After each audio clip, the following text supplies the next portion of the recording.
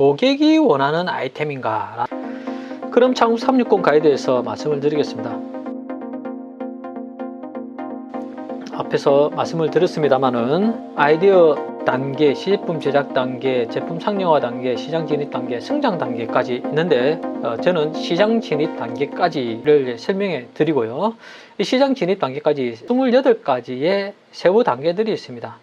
그에 관해서 가이드 붙임 자료는 내가 했던 부분이 뭔지를 진단할 수가 있고요. 또 안 한 부분들은 이 비고에 가서 체크리스트가 있습니다. 그것을 보시고 내가 좀 더 고민해야 되거나 해야 되는 부분들을 살펴볼 수 있도록 그렇게 제작되어 있다라는 것들이죠. 아이디어 단계는 아이디어 발굴에서 비즈니스 모델 검증까지로 이루어져 있고요. 지제품 제작 단계는 지제품 제작 계획 수립에서 회사 설립까지, 그리고 제품 상용화 단계는 제품 상용화 계획 수립에서 양산 지제품 제작까지, 시장 진입 단계는 시장 진입 계획 수립에서 자금 조달 계획까지 잡혀져 있습니다. 아이디어 발굴입니다. 이때 가장 중요한 것은 고객이 원하는 아이템인가 라는 부분들입니다. 이미 만들어진 물건을 파는 시대는 이제 지났습니다. 그 말은 뭐냐면 내가 만들고 싶은 물건을 판다는 거죠. 이거는 정말 실패할 가능성이 높다는 거죠. 이제 시장은 팔릴 수 있는 물건을 만들어야 된다라는 겁니다. 팔릴 수 있는 물건을 만드는 것, 그렇게 하기 위해서는 우리가 끊임없이 고객한테 물어봐야 된다라는 것들입니다. 그렇기 때문에 고객의 입장에서 생각했느냐, 고객의 문제를 해결하는 제품이냐라는 것들이고요. 그리고 남들보다 잘 알고 경험이 많은 능력이어야 됩니다. 아니면 내가 정말 이 분야에 대해서 너무나 많이 공부를 해야 됩니다. 기술적이거나 시장이거나. 그렇기 때문에 남들보다 좀 잘 알고 또 경험이 많은 영역이어야 되고, 또 창업자 본인이 좋아하는 영역이면 더 많은 열정 가지고 하실 수가 있다라는 것들이죠. 이런 것들을 한번 체크해 보시길 바라겠습니다. 목표 시장 설정에 있어서 우리가 좀 고민해야 될 부분들은 고객의 지불 능력이 충분하냐라는 것들입니다. 지불 능력이 충분하다 그러면은 가격이 좀 비싸도 상관없겠죠. 그리고 고객이 판매 조직에 쉽게 접근할 방법이 있느냐라는 부분들 우리가 체크해보고 또 검토를 해봐야 됩니다. 또 고객 입장에서 구매할 수밖에 없는 절박한 이유가 있느냐, 그것이 무엇인가라는 것들을 고객 입장에서 다시 한번 생각해 봐야 되고요. 또 협력업체와 함께 완제품을 당장 출시하는 것이 가능하냐라는 것들입니다. 스타트입니다. 이제 아이디어로 해서 R&D를 끝내고 양산치 제품을 만들었는데요. 그런데 저한테는 공장이 없습니다. 그렇기 때문에 이 양산치 제품을 대량으로 생산해 줄 만한 공급업체가 있어야 됩니다. 그런 것들을 가지고 우리가 미리미리 체크를 해봐야 된다라는 겁니다. 또 경쟁자에 대해서 고민했느냐라는 것들이고요. 또 창업이라는 것이 제품의 라이프 사이클이 뭐 3년 또는 5년 밖에 가지 않습니다. 어떤 거는 1년도 되지 않습니다. 그렇기 때문에 이 시장에서 살아남았다 하면은 그것이 끝이 아니라 이 제품과 이어서 다른 후속 제품들이 끊임없이 나와줘야 된다라는 겁니다. 그래서 성공을 바탕으로 다른 시장으로 진출을 할 수 있느냐도 고민을 하셔야 된다라는 것들이고요. 그 다음에 나의 가치관, 열정, 목표에 부합하는 시장인가, 이런 것들을 한번 체크를 해보시면 되겠습니다. 제가 고객과의 접점이 상당히 중요하다라고 말씀을 드렸습니다. 우리 고객이 원하는 제품을 만들어야 된다라는 것들입니다. 결국에는 고객이 우리의 상품과 서비스에 대해서 그 대가를 지불하기 때문에 그렇습니다. 그래서 최소한 10명 이상의 잠재 고객을 만나볼 것이라고 저는 추천을 드립니다. 하지만 고객을 만나가지고 그래서 이 제품 어떠세요? 제 제품 어떠세요? 라고 말을 하면은 고객이 소통하기가 좀 어렵다는 거죠. 그렇기 때문에 인터뷰는 어떻게 하느냐 그러면 수다 떨듯이 해라 라고 말씀을 드리는데, 천천히 고객의 마음을 열어서 고객한테 제품에 대해서 그리고 서비스에 대해서 소개를 하고 원하는 답을 얻어라 라는 것들입니다. 그래서 먼저 자신을 소개하고요. 그 다음에 제가 만들고 있는 제품에 대해서 설명을 하면서 수다 떨기 전에 친밀감을 좀 쌓고요. 간단한 농담도 하시고, 그런 다음에 고객이 어떤 현재 고객이 쓰고 있는 기존 제품에 대한 어떤 경험이라든가 뭐 이런 것들을 물어보시고 그다음에 우리가 원하는 것들을 구체적으로 질문을 하는 그런 과정을 겪는데요. 이때 중요한 것은 미리 우리가 고객한테 물어야 될 핵심적인 질문을 10가지를 만들어 놓으셔야 됩니다. 그래서 이제 이것에 대해서 고객한테 반드시 물어보고 그에 대한 답변을 얻어야 되고요. 그런데 이 질문을 만들어 놓고 고객한테 물어봤는데 고객의 답변이 안 나오는 질문들은 삭제하시고 그런 다음에 다른 질문으로 바꿔서 다음 고객을 만나시고 이런 것들이 필요하다라는 거죠. 우리가 수집해야 될 정보는 고객의 어떤 직업, 그리고 나이, 성별, 가족, 취미, 특기, 습관, 가치관, 그리고 고객이 좋아하는 것, 싫어하는 것, 생활 패턴, 꿈입니다. 왜 그러냐 그러면 고객의 니즈에 대해서 사실 잘 모릅니다. 그렇기 때문에 우리가 이런 어떤 것들을 파악하기 위해서 많은 고객한테 물어봐야 되고요. 또 그런 어떤 공통된 직업군이라든가 공통된 나이라든가 어떤 취미라든가 가치관이라든가 좋아하는 것, 싫어하는 것, 뭐 이런 것들로 고객의 세그멘트를 하다 보면은 우리가 정말 타겟 고객한테 정말 딱 필요한 물건을 만들 수가 있다는 거죠. 그리고 기존 사용 제품에 대한 어떤 불만이 뭔지 우리가 그 불만을 해결해주는 솔루션을 가지고 제품을 만든다 그러면은 시장에서 살아남기 쉽겠죠. 그리고 결국에는 돈을 지불하는 것, 이게 정말 중요하기 때문에 고객이 돈을 꺼내기 위한 어떤 의사결정, 그런 기준이 뭐냐? 가격에 민감하느냐, 체면 때문이냐, 모방이냐 라는 것들이에요. 그리고 고객이 선호하는 매체, 사이트, TV, 결국에는 우리가 홍보나 마케팅을 하게 되면 효율적으로 위해서는 이제 이런 사이트를 통해서 우리가 이제 집중적으로 해야 되기 때문에 그런 것들을 알아야 된다라는 것들이고요. 특히나 중요한 것은 질문은 아주 짧고 중립적으로 하셔야 된다. 그리고 구체적인 경험과 스토리를 물어봐라. 그리고 한 가지 질문을 했는데 그 질문이 좀 흥미롭다, 재밌다 그러면 왜 그런가요? 그건 언제 그러셨나요? 어떻게 그러셨나요? 뭐 이렇게 계속적으로 이어지는 질문을 하셔라.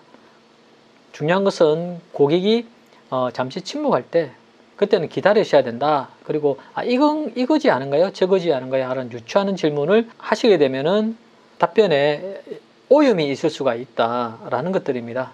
그래서 그런 것들은 하지 않는다. 그리고 정말 이거를 기록을 많이 하시고 그걸 가지고 우리가 이제 뽑을 수 있는 인사이트를 뽑아야 된다라는 것들이죠. 또 우리가 고객의 스펙트럼을 잘 생각해야 됩니다. B2C, 그래서 소비자에게 파는 물건 같은 경우는 우리의 고객이 싼 가격을 좋아하는지 아니면 시간 전략을 좋아하는 건지 아니면 고객이 바로 내가 사야 되겠다 그래서 결정하고 바로 사시는지 아닌지 그런 여부, 그리고 고객이 어떤 기능이 많은 것들을 좋아하는지 기술이 많은 것들을 좋아하는지 아닌지 편리함을 좋아하는지 이런 어떤 고객의 스펙트럼을 우리가 분석을 해볼 필요가 있다. 그래서 우리의 고객은 이런 쪽에 들어간다 라고 파악이 된다 그러면은 우리가 거기에 맞는 제품, 기능 그리고 가격을 맞추면 된다라는 것들이고요.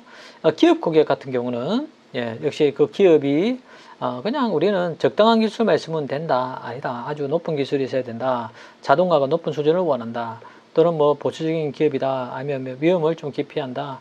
또는 안정성을 더 중시해 간다. 아니면 뭐든지 오른이 좋다. 이런 식으로 특성을 분석을 하셔가지고 즉 그 고객의 어떤 스펙트럼을 가지고 우리가 분석을 할 수 있다는 거죠. 그래서 거기에 맞는 어떤 제품을 만들면 된다라는 것들인데 이 특성 고객 스펙트럼이 상당히 중요하다라는 것들이죠.